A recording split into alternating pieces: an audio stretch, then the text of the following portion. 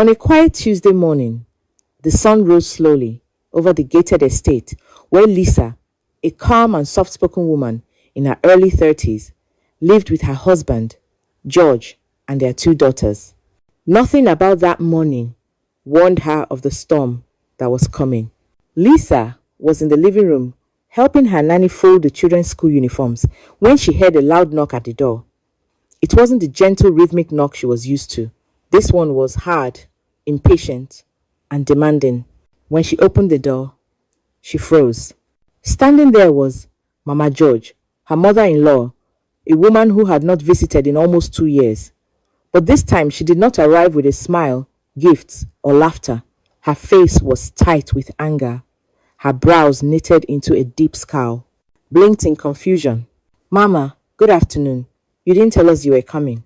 Mama stepped inside without waiting for an invitation. "Which right do you have over this house?" she snapped. "That I must inform you of my coming." Lisa's heart dropped. The nanny, still holding one of Mama's bags, paused awkwardly. Shame washed over her, but she swallowed hard and bowed slightly. "I'm sorry, Mama. I only asked because—" "Keep your sorry," Mama cut in, brushing past her like someone brushing aside dirt. She marched straight to the guest room and slammed the door behind her. For the rest of the day, the house felt like a tight knot. Lisa prepared a hot meal for Mama, pounded yam and vegetable soup, her favorite, and sent the nanny to inform her. But Mama's response was cold. "Tell her to take the food to the dogs. I don't want anything from her." The food sat untouched. By the time George returned from work, dusk had fallen. Mama immediately summoned him into her room. They stayed inside for almost 4 hours. Not a whisper leaked out. When he finally emerged, Lisa rushed to him. "Darling, what's going on?" "Mama seems upset." His answer was a single word. Nothing. But his eyes told a different story. Guilt, fear, something he was desperately hiding.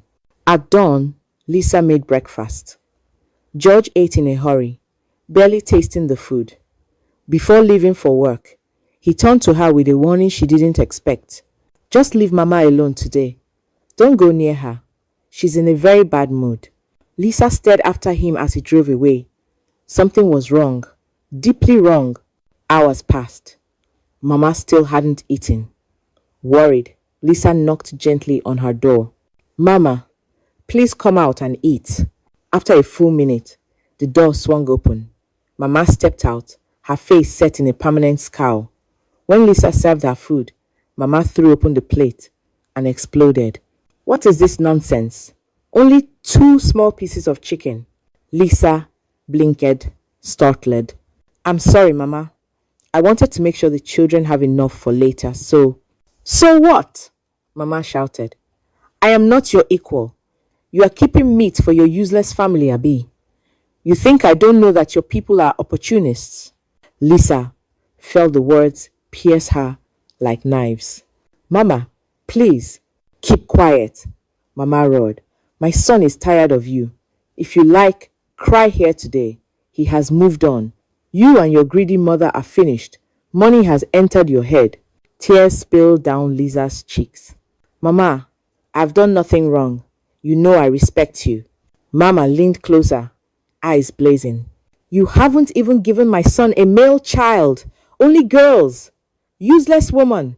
For the first time, Lisa's voice broke not in anger, but in quiet truth. "Mama, a son comes from the man, not the woman." That sentence was the match that ignited everything. Mama screamed like someone being stabbed. "You dare talk back at me? Ungrateful witch." Then she pulled something out of her wrapper, a set of photographs. "Since you're bold now, look at this." Lisa took the photos with trembling hands, and her world collapsed. There was her husband smiling, standing beside a young village girl. They were dressed in traditional attire. In some photos, they were cutting a cake. In another, the girl was visibly pregnant. Mama folded her arms triumphantly. "Yes, Your husband got married months ago. The girl is with me in the village, pregnant with his son. She will come here for Christmas. So prepare your mind. Lisa staggered back. Married? George married another woman? Mama nodded slowly, savoring the pain she was causing. You have two options. Accept the girl as second wife, or carry your daughters and leave. Lisa couldn't breathe. Not with the betrayal, not with the humiliation, not with the realization that everyone knew except her. But Mama wasn't done. You think we don't know that all the money you pretend to give your mother is coming from my son? All those shoes, bags, wigs. You're using him. You and your siblings are sucking him dry. Lisa wiped her tears. For the first time, she felt clarity, a cold, painful understanding of why Mama hated her. Mama wasn't angry because of the children, or the food, or even the marriage. She was angry because Lisa took care of her own mother. But Mama didn't know the truth. The house she was shouting in, it belonged to Lisa. The car her son drove, bought by Lisa. The boutique business Mama bragged about, registered in Lisa's name, a gift to George when he was still nothing more than the car washer who cleaned her car every weekend. Years back, Lisa had just recovered from a heartbreak that nearly destroyed her when she met George at a car wash after work.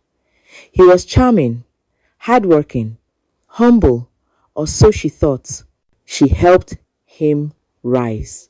She bought him clothes, registered his business, put him in school part-time, invested in his dreams, and lifted him out of poverty. She loved him fiercely. But somewhere along the line, success changed him, and Mama took advantage. In Mama's mind, Lisa's mother was the real enemy, the woman enjoying the wealth she believed should be flowing only to her side. Lisa listened to everything Mama said without interrupting. When she finally spoke, her voice was low, steady, and frighteningly calm. Thank you, Mama. Woma. Mama blinked. For what? For opening my eyes. Lisa turned around, walked quietly to her room, and began to pack clothes, documents, the children's belongings, her laptop, her handbag, her dignity. She moved like someone who had died and risen again, silent but resolved. By the time Mama realized what was happening, Lisa was already dragging her suitcase toward the door. Where do you think you're going with those children? Lisa stopped and looked at her, truly looked for the first time. I am leaving, Mama, since I am no longer a wife in this house. Mama hissed. Good, go. You think my son will come begging? Lisa gave a sad smile. Mama, you have no idea who your son married. Then she left. Inside the hotel room that evening, Lisa sat on the edge of the bed while her daughters slept. The cold air conditioner hummed softly. Her chest hurt. Her eyes burned. Her heart felt like a broken calabash. But she was free, and she knew it. She whispered to herself, the house she claims is her son's. It's mine. The car he drives, I bought it.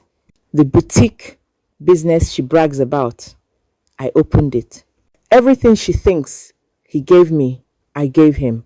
Yet, none of that mattered anymore. She had lost the one thing she had fought hardest for, a peaceful home. She looked at her girls, stroked their hair, and made a vow under her breath. My only priority now is you. I refuse to expose you to this kind of madness. I'm done with him. I'm done with this marriage. And I'm done trying to prove my worth. Lisa leaned back, letting the weight of her decision settle. She was not unlucky. She was not cursed. She was not weak. She simply loved the wrong man. And now, for the first time in her life, she was choosing herself. In the weeks that followed, George tried calling, apologized, begged, cried. Not because he loved her, but because he realized everything he owned was legally hers. Mama kept calling too, switching between insults and desperation. Lisa blocked them both. Lisa had barely slept few nights after she left her home. Her eyes were swollen, her head throbbing, and her heart felt like someone had tied a heavy stone to it and dropped it into a dark well. The hotel room was quiet, too quiet. Even the children sensed something was terribly wrong. Her first daughter kept looking at her face like she was searching for answers in the lines of her mother's expression. But Lisa said nothing. She could not. She was tired. Tired in her bones. Tired in her spirit. Tired of fighting battles she never started. The events played in her mind like a broken film that refused to end. Mama George's sudden arrival, her insults, her disrespect, her loud accusations, the humiliation, the discovery of George's secret second marriage, Ego's pregnancy. Everything felt unreal, like a fever dream she couldn't wake up from. And yet, it was all painfully real. One night in the hotel, after Lisa had managed to feed the children and tucked them into bed, she stepped into the bathroom, closed the door, and allowed the sob she had been holding to break out of her chest. She cried silently at first, then harder, until her legs gave way, and she sank to the cold tiles, holding herself. She remembered the early days with George, the way he used to laugh, the way he used to stare at her with starstruck eyes, as if he couldn't believe a woman like her even noticed him. She remembered the day she first met him, the confident young man, washing cars for a living, smiling with such sincerity that it melted the walls she had built after her last heartbreak. She remembered thinking, maybe this time it will be different. But look at where love had placed her. For 2 weeks after Lisa left, George's life spiraled. At first, he didn't understand the weight of what he had lost. He assumed Lisa would return like she always did, soft-spoken, forgiving, willing to patch things up for the sake of the children. But this time was different. She didn't call. She didn't text. She didn't pick up his calls. At first, George pretended he didn't care. He told himself that the new wife, Ego, pregnant and waiting in the village, was enough. He told himself that Mama was right, that Lisa was disrespectful, stubborn, and too close to her own family. But when he returned home one evening and found the house unusually quiet, no children's laughter, no smell of Lisa's cooking, no gentle humming from her as she cleaned the kitchen, something shattered inside him. He walked into their bedroom and saw her side of the wardrobe completely empty. He sank to the floor. For the first time since Lisa had left, he admitted to himself, I have lost my wife. George closed his eyes. Every word from his mother stabbed him. He wanted to shout, to tell her to stop, to tell her the truth, that Lisa had been the one who brought him up from nothing, that everything he had came from her, that the house, the car, the boutique, everything was Lisa's sweat. But he couldn't, because shame tied his tongue like rope. He knew he had failed Lisa.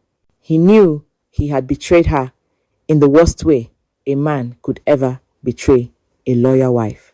By morning, George's guilt became unbearable. He left the house early, entering a taxi because he could no longer drive the car Lisa bought for him. His conscience wouldn't let him. When he arrived at the hotel, he saw Lisa seated at the small breakfast table with the children. Her eyes were blank. She looked older, tired, but strong, in a way that made George's throat tighten. He approached her slowly. Lisa, please. It was all he could say. His voice cracked like dry wood. Lisa didn't look up. She continued feeding her youngest child. George knelt beside her. Lisa, I'm begging you. I'm sorry. I didn't plan any of this. Mama forced me into. Lisa slowly turned her head and looked at him. One look. One quiet, calm look. And George felt his entire soul collapse. George, she said softly, I am done. He swallowed hard. His lips trembled. Lisa, please, Please, don't leave me. But Lisa stood up, wiped her hands with a napkin, and said, I will not raise my girls in pain. I gave you everything. You gave me betrayal. Her voice was steady, calm, final. Onlookers stared. George cried, but Lisa did not look back. Meanwhile, back at the house, Mama George had already taken matters into her own hands. She had told all her neighbors that her true daughter-in-law was coming from the village. Ego arrived the next day. A shy-looking girl in her early 20s, heavily pregnant, dragging a Ghana must-go bag behind her. Her eyes were full of fear and uncertainty. But Mama George held her hand proudly. My dear, welcome.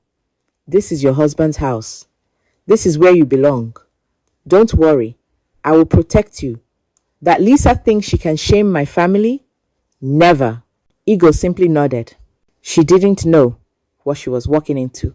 She was only following what Mama George told her, that George loved her, that she was special, that she would give the family the son Lisa failed to produce. The lie tasted sweet at first, but it would soon turn sour. To Mama, this was victory. To George, it was disaster. He paced the sitting room angrily, watching Ego settle into Lisa's spot on the sofa Lisa bought. Mama's voice boomed proudly. She's here now, your real wife, the one who will give you a son, the one who respects us. Forget Lisa, she's too proud. But George's face hardened. Suddenly the things he used to tolerate from Mama became unbearable. Mama, you have destroyed my home, George said bitterly. Mama gasped. Me? I did what was right for you. George shook his head slowly. No, Mama, you did what was right for you. Not for me, not for my children, not for my wife. Because of your jealousy and hatred for Lisa's mother, you pushed me into a marriage I didn't even want. Ego looked down, embarrassed. Mama's voice rose. So you're blaming me now? After all I've done? All free. George didn't respond. He simply walked out of the house, leaving Mother and Ego behind. That evening, George returned to the house, only to find a black SUV parked outside. Lawyers were waiting. A stern-looking woman stepped out with documents. Good evening, Mr. George, she said. We are here to inform you that this property does not belong to you. It legally belongs to your wife, Mrs. Lisa George. George's mouth fell open. Mama came outside, shocked. Ego clutched her belly, confused. What do you mean? George stammered. Another lawyer stepped forward. The house, the cars, and the boutique business are registered in Mrs. Lisa's name. Proper legal documentation is here. Mama hissed loudly. Lie. This house is my son's. He built it. The lawyer raised her brows. Ma'am, here are the original papers. Your son's name does not appear anywhere. Mama snatched the papers, scanned them, and her entire body began to shake. George felt dizziness wash over him. Everything was legally Lisa's. The lawyer continued. As per Nigerian marital property law, and since Mrs. Lisa purchased these assets before and during marriage with her own funds, she has full legal rights to reclaim them. Then she said the final words. Mr. George, you are hereby instructed to vacate the premises within 72 hours. Mama screamed. George, say something. This is your house. George sank onto the curb, shaking his head. No, Mama, this was Lisa's house. I just lived here. 3 days later, the lawyers returned with security officials. George, Mama, and Ego were escorted off the property, carrying only their clothes. George watched as the gate closed behind him, shutting him out of the only comfortable life he had ever known. Without the house, without the car, without the boutique business, George's life reset to the day Lisa first met him. A car washer, struggling, sweating under the Sunday, begging for customers. Except this time he carried shame like a shadow. People whispered when they saw him.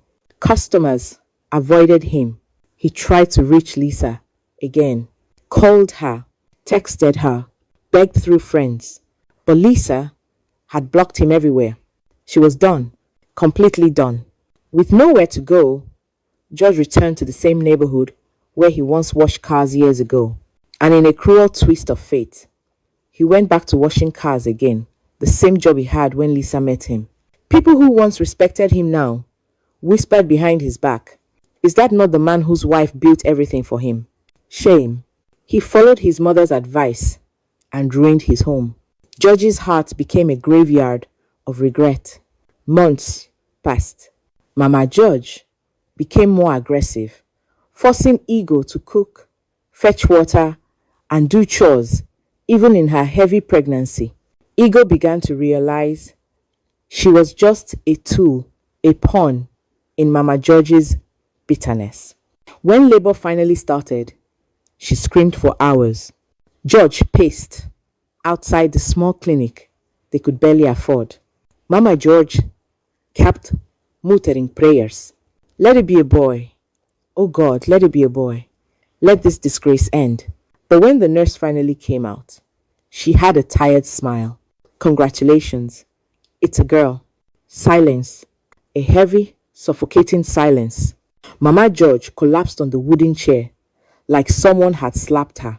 George felt something inside him snap. Not because the child was a girl, never that. But because he realized the entire madness, the pain, the betrayal, the destruction of his marriage, all of it was for nothing. That night, George walked home beside Ego, who cradled their newborn daughter tightly against her chest. Ego was weak, her steps slow and unsteady from childbirth, but she insisted on holding her baby herself. No new mother would let her child out of her arms, not after everything she had endured. Mama George followed behind him, muttering, "This is not what I prayed for. This is not what I asked God for." When they entered the small rented room they now lived in, George placed the baby gently on the bed and turned to face his mother. The irony cut deeper than a knife.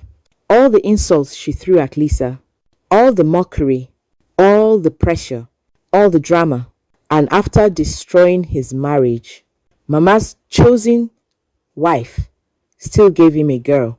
"Mama," he said quietly. His voice was cold, controlled. Mama George looked up. "Yes? What is it?" George took a deep breath.